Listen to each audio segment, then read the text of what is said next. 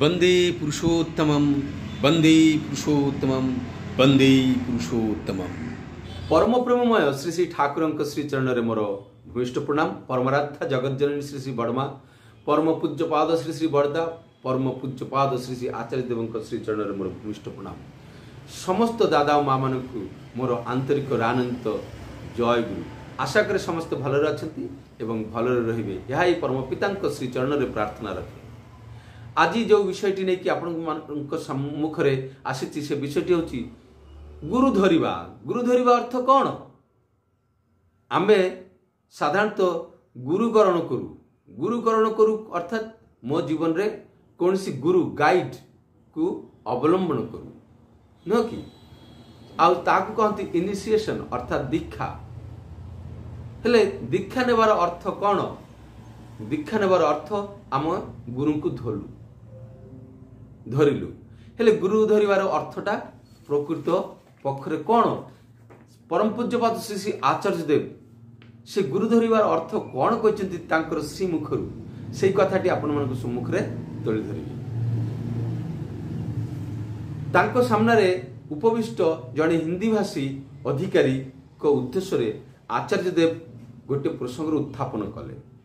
से कहवाक लगिले देवघर ठारू किछि दूर रे गोटे गाँ अछि।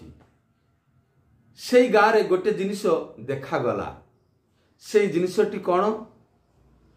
सेठी दुई प्रकार दुई धरणर मनीष बास करती, उपस्थान करती।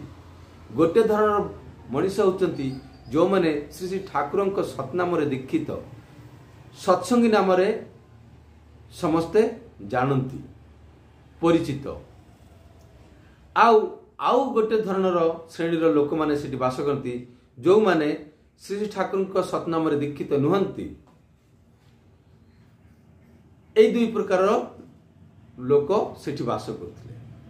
किछि वर्ष पर ग्रामर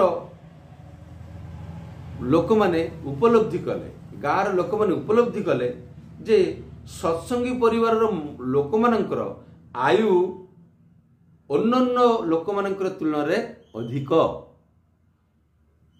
एमानकर अर्थनैतिक अवस्था मध्य दिनकु दिन उन्नत होबाक लागिछि। एमानक परिवार रे केही मध्य निशा करंती नाही। पारिवारिक स्वास्थ्य मध्य भल। ताहले गुरु धरिबार अर्थ कौन? गुरुंको प्रदर्शित एक जीवन शैली को धरिबा, ताहा मध्य देई चारिपार्श्वर परिवार ओ निजर उन्नति साधना करिबा। हेले एठु आमे कोन जानबु? एठी गोटे कथा अछि, पारिवारिक स्वास्थ्य मध्य भल अर्थात पारिवारिक तालमेल मिलताल संपर्क, स्वामी स्त्री पुत्र बापा माँ भाई बंधु एमानक भितर जो पारिवारिक स्वास्थ्य अर्थात एमानक भितर जो संपर्कटा सुंदर, शांतिपूर्ण, संतोषजनक, आनंद प्रदायक। तो एबे कौन बुझिलु आमे माने जे ना जे श्री श्री ठाकुर को धरिले आम मानकर जीवन रे कौन कौन परिवर्तन आसीबा कथा? आमर आयु वृद्धि हेबा कथा, अर्थनैतिक अवस्था मध्य धीरे धीरे उन्नत हेबा कथा। निशा द्रव्य अर्थात जे कोनसी प्रकार निशा इष्ट को बाद देकी इष्टर अभिषित बा इष्ट को इष्ट जहाँ चाहती नहीं से भलिया निशा बा से भलिया वृत्ति प्रवृत्ति को त्याग करिबा।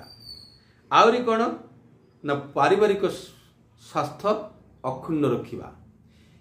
एई गुड़िक जदि आम जीवन रे आसिला श्री श्री ठाकुर अनुकूल चंद्र को धरी हेले ही आमे मानकु भाविबाक पड़िबो ना आमे गुरु को धरिचु, दीक्षा नेइचु। एई परिवर्तन गुड़िक दीक्षा माध्यम रे आम मानकर होइथाय। तेणु परम पूज्यवाद श्री श्री आचार्य देव कहउचंती गुरु को धरिबार अर्थ, गुरुंकर दीक्षा ग्रहण करिवार अर्थ होउची गुरुंको प्रदर्शित एक जीवन शैली को धरिबा। ठीक अछि, आज पाई एतिकी।